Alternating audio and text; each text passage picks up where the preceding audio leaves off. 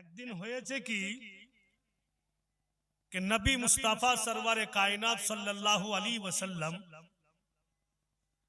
হাসনান কারিমাইনের কাছে আছেন, আর হযরত সাইয়্যিদা মা ফাতেমা বলছেন, আব্বা জান, আমার ছেলে দুটোর কি নাম রাখা যাবে না? তো নবী আমার বলছেন, মা তুমি নাম রাখোনি? বলে, আমি আপনার অপেক্ষা করছি যে আপনি যেটা নাম দিবেন সেটাই রাখবো। নবী আমার বলছেন, লাডলি দুলারি বেটি, তুমি আমার অপেক্ষা করছো আর আমি আল্লাহর অপেক্ষা করছি। আল্লাহ যেটা নাম দিবে রে মা, সেই নাম তোমার ছেলেদের রাখবো। আল্লাহ তাবারক ওয়া তাআলা তখন জান্নাত থেকে দুইখানা নাম দিয়ে পাঠালেন। কোন দুইটা নাম দিয়ে পাঠালেন? একটি হচ্ছে বন্ধু সাবার, আর দ্বিতীয় নাম হচ্ছে সাব্বির।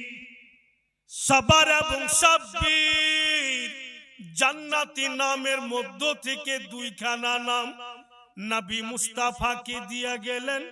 তাই বন্ধু বড় নাতির নাম নবী মুস্তাফা রাখলেন সাবার, আর ছোট নাতির নাম ইমাম হুসাইনের নাম রাখলেন সাব্বির। কিন্তু আমরা ইমামে হাসান বলে জানি, ইমামে হুসাইন বলে জানি। এই জন্য বন্ধুরা, ভাইরা, বাপেরা, মা বোনেরা, বেটিরা, সাবার মানে হচ্ছে হাসান আর সাব্বির মানে হচ্ছে হুসাইন। কিন্তু ওনাদের নাম পর্যন্ত জান্নাত থেকে এসেছে। বলি, দুই ছেলের নাম জান্নাতি নাম নবী মুস্তাফা রেখেছে। আব বেরাদারান ইসলাম, আলাপ আলোচনা করে নবী আমার চলে গেলেন। আর তখনকার ব্যাপার, নিজে নিজে বাড়ি ঘরের কাজ মেয়েরা করত, আর খুব আরমান করে করত, আর দিল লাগিয়া করত। নিজের হাতে নবীর বেটি খাতুনে জান্নাত গো, যিনি জান্নাতি মা বোনদের সর্দার নেই, অথচ বাড়ির টোটাল কাজ উনি করতেন, নিজের হাতে করতেন। তো বাপু ঝুলনা ঝুলিয়ে দিলে আর ফের যা তার পাট ঘুরেছে। আজকাল যদি বিরাদার কহরে বাড়িতে যাতা আর একটা কি কহে ঢেকি, ঢেকি বুঝছেন, ধানকুটা ঢেকি, যার বাড়িতে যাতা ঢেকি থাকবে ওর বাড়ি সহজে কেউ বউ দিতে চাইবে না, বেটি দিতে চাইবে না। আমি যখন বিয়ে করলাম কালিয়া চোখে, আর আমি বিয়ে করে নিয়ে গেলাম, আমার বাড়ি গিয়ে আমার স্ত্রী 3 ঘন্টা ভরে আর চোখের পানি শুকায়নি। মনে হচ্ছে এক একটা চোখের ডোল বেঁধে দিই তো ডোল ভরে যাবে। লাঘার কাঁদছে বসে বসে। আমার তো মাথাই খারাপ গেল, ই কোন টাকার জুবলি পাগলি লাইনু রে, ই কানাকানি শুরু করলে। ও কেন কাঁদছে? ওই যে ঢেকি দেখে লেছে, বুঝতে পারলে না, যাতা দেখে লেছে। ও তো ভেবে নিয়েছে আমি মরে আনু, এই ঢেকিতে ধান কুটতে আর যাতা ঘুরেতে। আমি ওকে বলছি যে আমি যখন মরবো তখন চোখের পানি ধুঁড়ে পেবে না, সব আইঝি শেষ হয়ে গেল, কিছু বাঁচিয়া রাখো। তো তখন বাংলা বলতে পারতো না অতটা, এখন শিখে গেছে। তখন একদম পচা খোট্টা বলতো, আর কালিয়া চোখ চাঁদপুর তো সিল মোহরওয়ালা খোট্টা। हाँ, तो गोलटी जब बोलছে যে ऐसी बात है नहीं, हम तो ढेकी देख के रोए हैं, कैसे धान कुटेंगे বলছে। আজ তোমাকে ধান কুটতে হবে না, ওগুলা করতে হবে না, আমাদের বাড়িতে আছে তো আমাদের লোক আছে। তখন যদি হাউমাউ করে কাঁদতে পারে, এখন কি হতে পারে? ভাইরা বাপিরা আমার, নিজের হাতে নবীর লাডলি দুলারি যাতা ঘুরাচ্ছেন, আর হাসনান কারিমাইন ঝুলনাতে শুয়ে আছেন, দোনো ছেলের ঝুলনাকে ঝুলাইছেন। আচানক উনি দেখছেন উনার চেহারা থেকে যেন টপ টপ করে পাসিনা ঝরে পড়ে। হযরত মা ফাতেমা উনি জাতা ঘোরা বাদ দিয়ে দিলেন, ঝুলনা ঝুলাও বাদ দিয়ে দিলেন, যে আমি ঘরের ভিতরে যাব আর আমি একখানা পাতল কাপড় নিয়ে আসবো। আমার চেহারা যখন ঘেমে যাবে আমি ঘামগুলো মুছে নিব। এই ইরাদা করে উনি ঘরের ভিতরে গেলেন আর যেমনই কাপড় নিয়ে বেরিয়ে আসছেন হযরত মা ফাতেমা, তো জাতার দিকে দেখছেন উনি জাতা বন বন করে ঘুরতি আছে। ঝুলনার দিকে দেখছেন যেন ঝুলনা ঝুলতি আছে। বন্ধুগণের আমার, উনি দাঁড়িয়ে দাঁড়িয়ে দেখছেন ই কেন অদ্ভুত ঘটনা, আমি তো জাতা ঘুরা ছেড়ে দিয়েছি, কেন ঘুরে? আমি তো ঝুলনা ঝুলা ছেড়ে দিয়েছি, কেন ঝুলে? ইতিমধ্যে আমার আপনার দয়ার নবী বেটির বাড়ি চলে আসলেন। নবী মুস্তাফা বেটির দিকে দেখছেন, বলছেন নবী পাক, এ লাডলি বেটি কি দেখছো? বলে আব্বা দেখেন তো জাতা জানো নিজেই ঘুরে, ঝুলনা নিজে ঝুলে, আমি তো এখন ঝুলাচ্ছি না, আমি তো জাতা ঘুরাচ্ছি না। আমার আপনার নবী আসমানের দিকে দেখলেন আর মুস্কি মেরা হাসছেন। নবী আমার বলছেন, বেটি জাতা ঘুরছে মা, জাতার মুঠা ধরে যদি না থামো তো কিয়ামত পর্যন্ত মা ঘুরতেই থাকবে। তুমি দেখতে পাও না মা তোমার দুই লালের ঝুলনা আল্লাহর ফারিস্তা জিবরাইল ঝুলাচ্ছে মা। কেমন পরিবার নবী পাকের, হাসনান কারিমাইনের কত সম্মান, যা আল্লাহর ফারিস্তা পর্যন্ত উনাদের ঝুলনা ঝুলা। কত পরিবার দামি আর আল্লাহর নিকট কত লাভ করেছেন। ভাইরা বাপেরা আমার, বলেই তো বাংলা ভাষাতে হযরত মা ফাতেমার কথা বলছে कि विश्व नबीर बेटी जन्नती फातेमा, जन्नती फातेमा, विश्व नबीर बेटी जन्नती फातेमा, जन्नती फातेमा। सारा जगत खुजे देखो নাই যে তার উপমা, বিশ্ব নবীর বেটি जन्नती फातेमा, जन्नती फातेमा। ঘুমাচ্ছ নাকি গো ছেলেরা?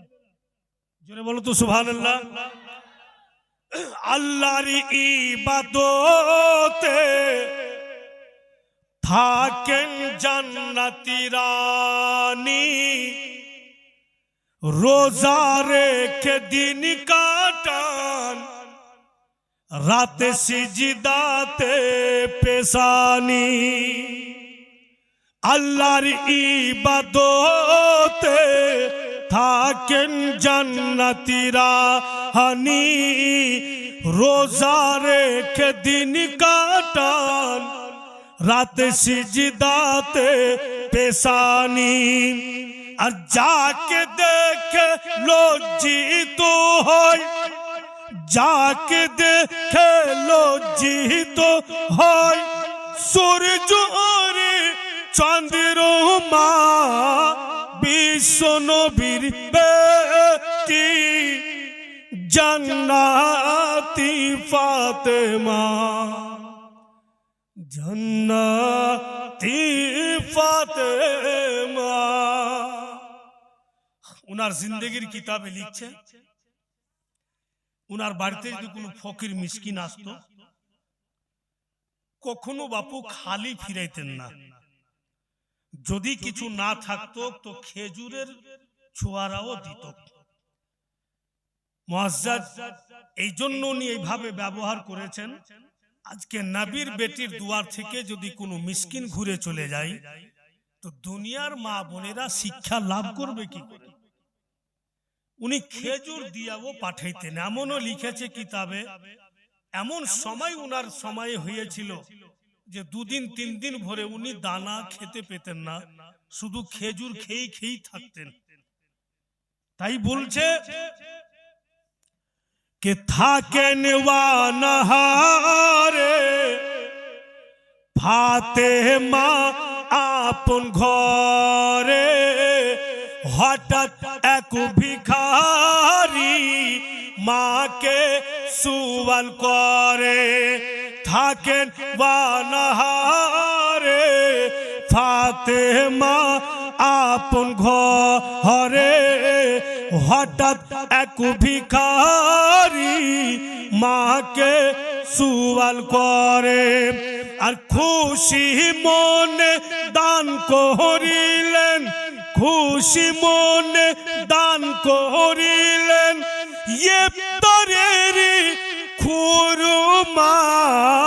বিশ্ব নবীর বেটি জান্নাতি ফাতেমা, জান্নাতি ফাতেমা। দুরূদ শরীফ পড়ুন, আল্লাহুম্মা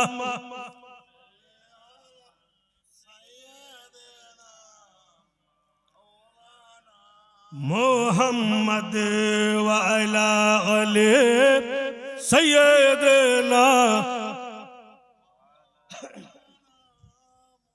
সাল্লাল্লাহু আলাইহি ওয়াসাল্লাম। তো বেরাদার, আমার আপনার ছেলের জন্য জাতা নিজেই ঘুরবে না, আর আমার আপনার ছেলের জন্য ফারিস্তা এসে ঝুলনা ঝুলাবে না, কিন্তু হাসনান করিমানের ঝুলনাকে ঝুলিয়েছে। अब देखें बापू, बोलছেন हजरत माँ फातिमा, बाबूजी अब्बा जान, तो बोलो बेटी की खबर? बोला आमार ছেলেরা কি হাঁটবে না? জোরে বলুন সুবহানাল্লাহ। তো নবী আমার মুস্কি মেরে হাসে বলছেন, হ্যাঁ রে মা, এক্ষুনি হাঁটবে, তোমার ছেলেরাকে হাঁটতে দেখবে তুমি। दो জাহানের নবী বাপু ইমাম হাসানের দোনো বাহা ধরলেন আর নিজের দোনো পা মুবারকের উপরে ইমাম হাসানের পা দুটিকে রাখলেন। নবী এ দো জাহা বাহা ধরে নিজেই হাঁটছেন। 10 কদম রাসূলুল্লাহ হাঁটলেন আর 11 কদমের বালা ইমাম হাসানকে পা মুবারক থেকে নামিয়ে দিলেন আর নামিয়ে বলছেন, প্যারা হাসান, তোমার মাকে হেঁটে দেখাও। লপ লপ করে ইমামে হাসান হাঁটতে শুরু করলেন। হযরত সাইয়্যিদা মা ফাতেমা ভাবলেন যে এই ঝুঁকি সুযোগ আছে। বলে আব্বা জান আমার হুসাইন। বলে তোমার হুসাইনও হাঁটবে। ফের নবী আমার ইমাম হুসাইনকে নিলেন, নিজের পা মুবারকের উপরে রাখলেন, 10 কদম নবী পাক হাঁটলেন আর 11 কদমের বালা ইমাম হুসাইনকে পা থেকে নামিয়ে বলছেন, প্যারা হুসাইন, তুমিও তোমার মাকে হেঁটে দেখাও। উনিও বাপু সুন্দরভাবে হাঁটতে লাগলেন। উনাদের বাচপানির ঘটনা অনেকেই শুনেছেন, এগুলো আপনারা শুনে রেখেছেন যে নবী মুস্তাফা সরওয়ারে কায়নাত নামাজ পড়তেন তো পাও দুটিকে একটু দূরে রাখতেন, এই জন্য যে ইমাম হাসনান করিমাইন দোনো পায়ের মাঝখান দিয়ে একবার আগে আসতেন একবার পিছনে যেতেন। তো রাসূল আল্লাহ দোনো নাতির জন্য জায়গা রাখতেন যেন ওদের অসুবিধা না হয়। এবং নবী মুস্তাফা সাজদাতে যাইতেন তো ইমাম হুসাইন আলী মুকাম নবী পাকের পিঠ মুবারকে উঠে বসে যেতেন। তো রাসূল আজম সাজদা থেকে মাথা উঠাইতেন না, তাসবিহ লম্বা করে দিতেন। তসবিহকে লম্বা করে দিতেন যে যতক্ষণ আমার হুসাইন আমার পিঠের ওপর থেকে না নেমেছে আমি মাথা উঠাবো না, কারণ যদি উঠিয়ে দিই আমার হুসাইন পড়ে যায় তো বেরাদার জলজালা। বলি উনি বন্ধুগণ আমার যতক্ষণ ইমাম হুসাইন না পিঠের ওপর থেকে নামতেন উনি সাজদা থেকে মাথা উঠাইতেন না। এত আদরের পুতুল ছিলেন দোনো নাতি। একটু আগে চলুন, কিতাব লিখক লিখছেন উনার বচপনি হালাতে, বচপনি জিন্দগিতে, যে হাসনান কারিমান রাদিয়াল্লাহু তাআলা আনহু, খুব ধ্যান দিয়া শুনবেন, কথা মিস্টেক করবেন না। হাসনান কারিমান রাদিয়াল্লাহু তাআলা আনহু দোনো ভাই হঠাৎ করে বন্ধু মা ফাতেমা রাদিয়াল্লাহু তাআলা আনহার সঙ্গে আলাপ আলোচনা করছে, কথাবার্তা বলছেন। আর হযরত আলী শেরে খোদা চলে আসলেন, ঠিক সামনে বসলেন। দোনো ছেলে ও বৈশা আছেন গো, আর স্বামী স্ত্রীতে কথাবার্তা বলতে বলতে হযরত সাইয়্যিদা মা ফাতেমা খাতুনে জান্নাত উনার মুখের আওয়াজ হযরত আলীর আওয়াজ চাইতে একটু জোরে বেরিয়ে আসলো। মানে স্বামী স্ত্রী আছেন, দোনো বেটাও আছেন, ভালোই কথা বলছিল, ঝগড়া করছিলেন না, ঝামেলা বাড়াবাড়ি করছিলেন না। যেমন স্বামী স্ত্রী সামনে বসে আনন্দের কথা বলে, এই কথাই বলছিল। মা বোন ধ্যান দিবেন কথার প্রতি। তো যেমনই হযরত আলীর আওয়াজ চাইতে হযরত মা ফাতেমার আওয়াজ একটু জোরে হয়েছে, চট করে নবীর বেটি হযরত আলী শেরে খোদার হাত দুটি বাপু ধরে নিয়েছে, ধরে বলছেন স্বামী গো সরতাজ আমার, আপনার আওয়াজ চাইতে আমার আওয়াজ একটু জোরে হলো, তাই আপনার কাছে ক্ষমা চাইছি, আপনি একটু ক্ষমা করে দেন। হযরত আলী বলছেন ফাতেমা এটি ক্ষমা নেওয়ার কি আছে গো, আমরা তো বিবাদ লাগা কথা বলিনি, তুমি তো আমার সঙ্গে তর্ক করনি, আমরা তো প্রেম ও মোহাব্বতের কথা বলছিলাম, কথা বলতে বলতে আওয়াজ একটু কম বেশি হতেই পারে, এতে ক্ষমা নেওয়ার কি আছে। হযরত মা ফাতেমা বলছেন আপনি যে আমার মাথার তাজ, আপনি যে আমার সরতাজ, আর কখনো স্ত্রীর আওয়াজ স্বামীর আওয়াজ চাইতে যেন জোরে না হয়। যে স্ত্রী স্বামীর আওয়াজ চাইতে জোরে আওয়াজ বের করবে স্বামীর সামনে, ওর প্রতি আল্লাহ তাআলা নারাজ হয়ে যাবে। তাই আপনি আমাকে ক্ষমা করুন। হযরত আলী শেরে খোদা ক্ষমা করে দিলেন। ক্ষমা তো করলেন বটে, কিন্তু বাড়ি থেকে উনি বেরিয়ে গেলেন। কোথায় গেলেন বাড়ি থেকে? তো নবী মুস্তাফার বাড়ি। আর রাত্রে বাড়ি গেলছে নবী পাকের। তো দয়ার নবী আওয়াজ দিচ্ছে সালমা দামার আলী এসছে, কিছু খাবার দাও, বিছানা করে দাও। জামায়ের যা হয়। তো হযরত আলী শেরে খোদা বলছেন যে আকা এখন খিদা নাই, এখন খাবার লাগবে না। তো ঠিক আছে আলী, যখন খাবার লাগবে না তো বিছানা করছে, আরাম করো। বড় মর্মান্তিক কথা শুনেন। হযরত আলী শেরে খোদা নবী পাকের বাড়িতে আরাম করছেন। ও মা বোনেরা বেটেরা, ঠিক যখন ফজরের আজান হলো, মসজিদে মুয়াজ্জিন যখন বলছেন আসসালাতু খায়রুম মিনান নওম, তোমাদের নিন চাইতে নামাজ অতি উত্তম। নবিয়ে দো জাহান বন্ধুগণ আমার নামাজ পড়ে আর বেরাদার এক পা দুপা করতে করতে বেটির বাড়ি এসে দেখছেন নবী পাক দরওয়াজা বন্ধ। আওয়াজ দিচ্ছে ফাতেমা,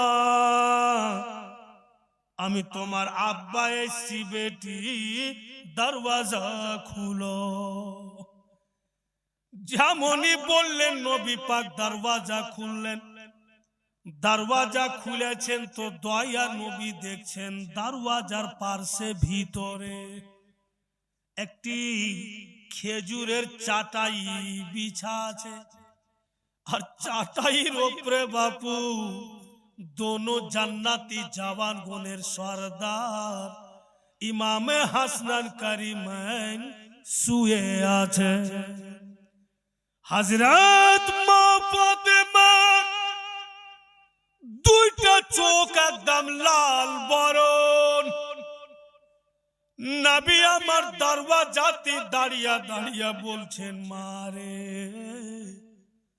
তোমার চোখ দুটি এত লাল কেন? তুমি কি সারা রাত ঘুমাওনি? বলেন না। কেন বেটি? তোমার দুই ছেলে তোমাকে কি পরেশান করেছে? বলেন না। তবে আমার জামাই আলী কি তোমাকে কিচ্ছু বলেছে? বলেন না। তবে রাত কেন জাগলে তোমার চোখ লাল কেন? কে বলছেন? তো বাপ বলছেন বেটিকে। বাপটা কে? তো নবী মুস্তাফা বলছেন হাসনান কারিমাইনের মাকে। তখন হযরত মা ফাতেমা বলছেন, আব্বা জান আপনার জামাইয়ের সঙ্গে কথা বলছিলাম, আমার আওয়াজ আপনার জামাইয়ের আওয়াজ চাইতে একটু জোরে বেরিয়েছিল। আমি চট করে উনার হাত ধরে সঙ্গে সঙ্গে ক্ষমা নিয়েছি। তারপরে উনি আমাকে ক্ষমা করে বাড়ি থেকে বেরিয়ে গেলেন তো বাড়ি ফিরছেন না। তাই আমি দরওয়াজা ভিতর থেকে বন্ধ করে আপনার দোনো লাতিকে আমি এখানে খেজুরের চাটাই বিছিয়ে শুইয়ে দিয়েছি, আর দরওয়াজাতে লেগে আমি বইসা আছি। আব্বা জান কবে আমার স্বামী আসবে, যেন আওয়াজ দেওয়া মাত্রই দরওয়াজা খুলবো, বিছানাতে চলে যায়। উঠতে লেট হবে, স্বামী আমার দাঁড়িয়ে থাকবেন, কত কষ্ট পাবে বুঝলে। আমি দরওয়াজাতে বইসা আছি, এই উনি চলে আসছেন, হয়তো চলে আসছেন। এই অপেক্ষা করতে করতে আব্বা জান গোটা রাত চলে গেল, চোখের পাতাও বন্ধ করিনি বুঝলা। আমার চোখ দুটি লাল। নবী আমার কি উত্তর দিলেন? রাসূলুল্লাহ বলছেন, বেটি এ লাডলি কাছে বসো মা। তব তলুক হযরত আলী পৌঁছা গিয়েছেন, আর হযরত আলী শেরে খোদা বাপ বেটিকে দেখছেন। সুবহানাল্লাহ। এই বক্তব্য যখন কিতাবে পড়ছি, ঠিক জাহান্নামের কথাটা মনে হয়ে যাচ্ছে। এই জন্য জাহান্নামে বেশি সংখ্যাতে মা বোনেরা দেখা যায়। নবী মুস্তাফা নিজের বেটিকে বলছেন, মারে তোমার স্বামী আমার জামাই যদি তোমাকে ক্ষমা না করতো, আর তোমার ইন্তিকাল হয়ে যেত রে মা, আমি তোমার জানাজা পর্যন্ত পড়তাম না। কে বলছেন? তো নবী পাক। বেটি, তোমার স্বামী যদি তোমাকে ক্ষমা না করত আর তোমার ইন্তিকাল হয়ে যেত, তো তোমার জানাজা পর্যন্ত আমি পড়তাম না। নবীর বেটির জন্য যদি রাসূলুল্লাহ ভাবে বলতে পারে, তো যারা রাত দিন স্বামীকে উল্টো পুল্টো ভাষা বলছে আর মজবুর করে দিচ্ছে, বাধ্য করে দিচ্ছে, ওই সব মা বোনদের কি হাল হবে, কি অবস্থা হবে কবরে। বিরাদারান ইসলাম, ভাইরা বাপেরা আমার, তাই মা বোনেরা আপনার স্বামীকে খবরদার কোনদিন কড়া আওয়াজে কথা বলিয়েন না, আর কোনদিন তর্ক করিয়েন না। কারণ যে জওয়ান ছেলেরাকে আল্লাহ বাদে, আল্লাহ ব্যতিরিকে যদি সাজদা করার হুকুম হইতো, তো জওয়ান বেটা বেটিকে বলতো যে বাপ মাকে সাজদা কর। আল্লাহ ছাড়া অন্য কাউকে যদি সাজদা করা হুকুম হইতো, তো স্ত্রীগণকে বলতো যে তোমরা তোমার স্বামীকে সাজদা করো।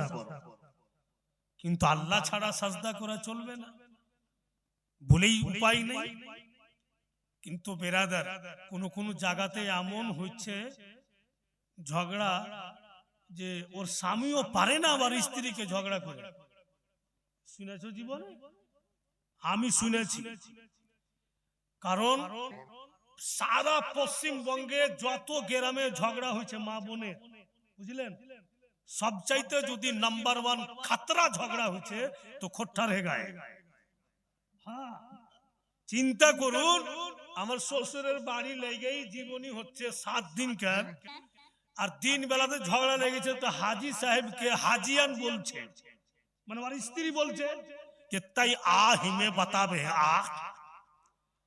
মানে হাজিকে ডাকছে খালি তুই আয় তারপরে তোর দেখছি, আর হাজি পিছে হটছে যে কোন রকম মুচে মুচে ধরলে তো মান সম্মান চলে যাবে। এরকম হালা জানি না, ফিরে কখন কোনাকানিতে খোট্টা উঠা থাকে আছে হুজুর, আমি তো থাকবো না, রোজ রাত করে ভেগে যাবো, আর ফির টাইমে আসবো না পাইবে না কিছু বলবে। বিরাদারান ইসলাম, তো আজকে প্রথম রাত আমি এখানকার প্রোগ্রাম নিতাম না, এই জন্য নিয়েছি বেরাদার, যে আমার আব্বার মডেল কাঠল বন্যা এইগুলো খুব ফেভারিট এলাকা, খুব জানাশোনা এলাকা। আর আমি যখন কালিয়াচকে পড়তাম, এখানে উনি জীবনী বলেছেন, তো আমি এসছি আপনাদের কাঠল বন্যাতে, ওখান থেকে তালবিলিম অবস্থায় শুনতে। তো কে জানে কিসমতে ভাগ্যের কথা দেখেন যে কখনো তালবিলিম সাইজা শুনতে এসেছিলাম, তো ফের এখন মৌলভী সাহেব সাইজা শুনাইতে। তো ভাইরা বাপেরা আমার, বলে আমি খুব 5 দিন জীবনী হবে, আমি দিল লাগিয়ে ভালো ভালো কথাগুলো আপনাদের শোনাবার চেষ্টা করব। আমি যেমন আপনাদেরকে মুহাব্বতে শোনাচ্ছি, আপনারাও মুহাব্বতে শুনতে আসুন, এই হচ্ছে কথা। কারণ যে আল্লাহ রহমান ও রহিম, কে জানে এই 5 দিনকার প্রোগ্রাম যদি আল্লাহর দরবারে কবুল হয়ে যায়, আর হয়তো আমাদের পিছনকার তামাম গুনাহ আল্লাহ মাফও করে দিতে পারে। আল্লাহর কাছে কোনো জিনিসের কমি নাই। মা বোনেরা কি কথা জানেন, যতক্ষণ এই পিন্ডালের মধ্যে থাকবেন গুনাহ মোটি হবে না, আর নেকিই নেকি হবে। যতক্ষণ বসে থাকবেন গুনাহ থেকে বেঁচেও থাকবেন, আর নেকিই নেকি হবে। আর মওতের কোনো ঠিক নাই, কখন যে দেহ থেকে রুহু বেরিয়ে যাবে যার কোনো ঠিক নাই। তো বিরাদারান ইসলাম, একটুকার আগে চলুন আমি একটা জায়গাতে পৌঁছে দিই জীবনীটা, তারপরে দোয়া খায়ের হবে।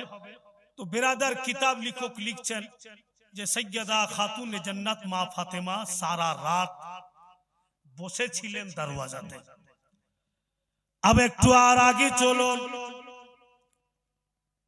ইমামে হাসান কারিমান রাদিয়াল্লাহু তাআলা আনহুমা দোনো ভাই বাড়ি থেকে বেরিয়েছেন, আর ছেলেদের সঙ্গে খেলাধুলা করছেন। ইতিমধ্যে ইমামে হুসেন আকাই কিন্তু নানার কাছে চলে যায়, গিয়া দেখছে ইমাম হুসেন যেন একটা হরিণীর বাচ্চা নবী পাকের কাছে বসা আছে। ইমাম হুসেন আলী মুকাম বলছেন, না না, এই হরিণীর বাচ্চা আমার খুব পছন্দ, বাচ্চাটা কি দিবেন?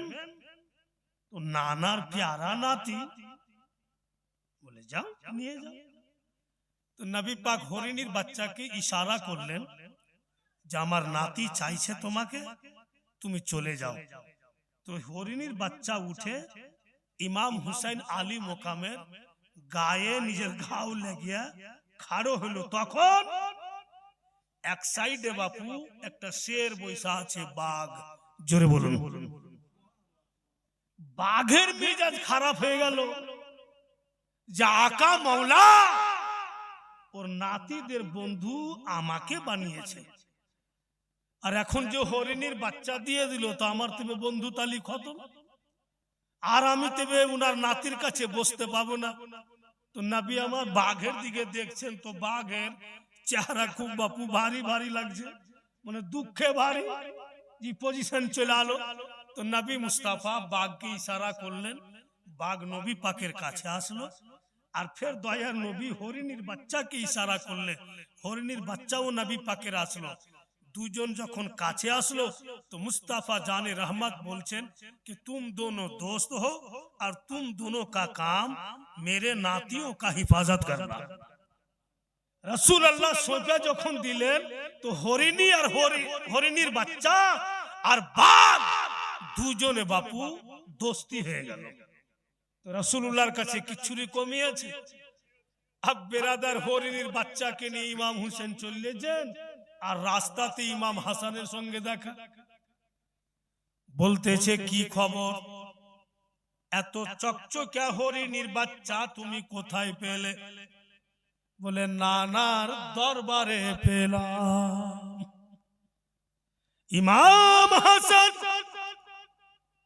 বলতেছেন, হুসেন এই বাচ্চাটা আমাকে দিয়ে দাও, তুমি নানার কাছে যাও, একটা আর বাচ্চা তুমি নিয়ে এসো, তোমারও হবে আমারও হবে।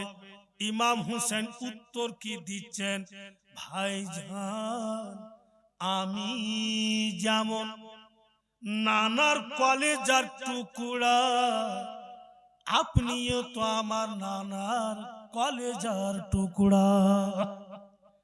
আমি যখন হরিণীর বাচ্চা পেলাম তো আপনিও পাবেন জান, কিন্তু বুঝে রাখবেন কথা, একটাই বাচ্চা ছিল যেটা ইমাম হুসেন নিয়ে চলে আসলেন, আর কিন্তু নবী পাকের কাছে নাই।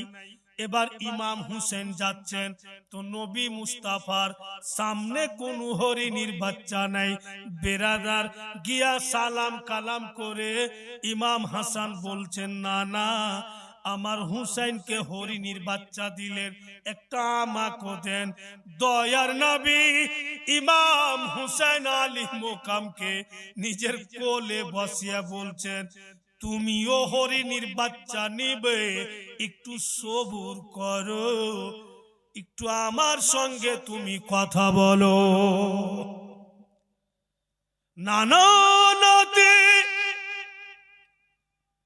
কথাবার্তা বলছে, ইতিমধ্যে জঙ্গল থেকে এক হরিণী নিজের বাচ্চাকে নিয়ে নবী মুস্তাফার দরবারে। হরিণী নবী পাকের সামনে এসে মানুষের মতো কথা বলে। হরিণী সালাম দিলে, সালাম দিয়া বলছেন, আকা এই যে আমার বাচ্চা আপনার হাসানের জন্য নিয়ে আসলাম, আপনার হাসানকে দিয়ে দেন। নবী দো জাহা বলেন, বক্তব্য বুঝার চেষ্টা করবেন, গভীর মাইন্ডে ভেবে দেখবেন। নবী পাক বলছেন, ও হরিণী তুমি তো মা, তুমি মা হয়ে তোমার বাচ্চা কি করে দিতে আসলে? হরিণী বলছে আকা জঙ্গলে নিজের বাচ্চাকে নিয়ে চড়ছিলাম, আচানক আমার কানে আওয়াজ আসছে, ওরে হরিণী। নবী পাকের দরবারে নবীর নাতি একটি হরিণীর বাচ্চা নিবে। রাসূল আল্লাহর দরবারে একটাই ছিল, যেটা ইমাম হুসাইন নিয়েছেন। ইমাম হাসান চলে এসছেন, জলদি যাও তোমার বাচ্চা তুমি দিয়েছো। আকা মনে হচ্ছে জঙ্গল গাছপালা পশু পাখি সবাই আমাকে বলছে, তাই আমার বাচ্চা আমি নিয়ে আসলাম, আপনার নাতিকে দিয়ে দেন। ভেবে দেখেছেন যে জানোয়ার পর্যন্ত হাসনান কারিমানের সম্মান করছে, ইজ্জত করছে। বিরাদারান ইসলাম ভাইরা বাপেরা আমার, আর দেখতে তো হবে যে দরবারটা কোন দরবার। নবীর দরবারে কোনো জিনিস কখনো বাপু খালি থাকে না, বলেই তো যারা দিওয়ানা আশিকে রাসূল তারা অহরহ বলছে कि कमली वाले आका पुकारो सुबह शाम। जोरे बोलें, कमली वाले आका पुकारो सुबह शाम, कमली वाले आका पुकारो सुबह शाम। बना दो बना दो बना दो मेरा काम, जो भी जाए तेरे दर पे सवाली, कभी ना लौटा झोली उसका खाली। जो भी जाए तेरे दर पे सवाली, कभी ना लौटा झोली उसका खाली। मेरा भी भर दो झोली रसूल अकरम, मेरा भी भर दो झोली रसूल अकरम। बना दो बना दो बना दो मेरा काम। आज के प्रथम रात, আবার আগামীতে আরো 4টা রাত আছে। আর 4টা রাত হবে না বন্ধ হবে? হবে। কেউ আসুক বা না আসুক, আপনারা লাগিয়েছেন, আপনারা আসতে হবে। আর ভরসা রাখেন, স্টেজ সাজিয়েছেন আপনারা, নবীর ইশক ও মোহাব্বতে ডুবে স্টেজকে কামিয়াব করার জিম্মাদারি হলো আমার নবী মুস্তাফার। আল্লাহর নিশ্চয়ই দয়া হবে। কালকে ইনশাআল্লাহ সঠিক টাইম মোতাবেক আমরা সবাই এসে উপস্থিত হব। ওয়া আখিরু দাওয়ানা আনিল হামদুলিল্লাহি রাব্বিল আলামিন। চল উঠ খড়ে হো মুমিনো।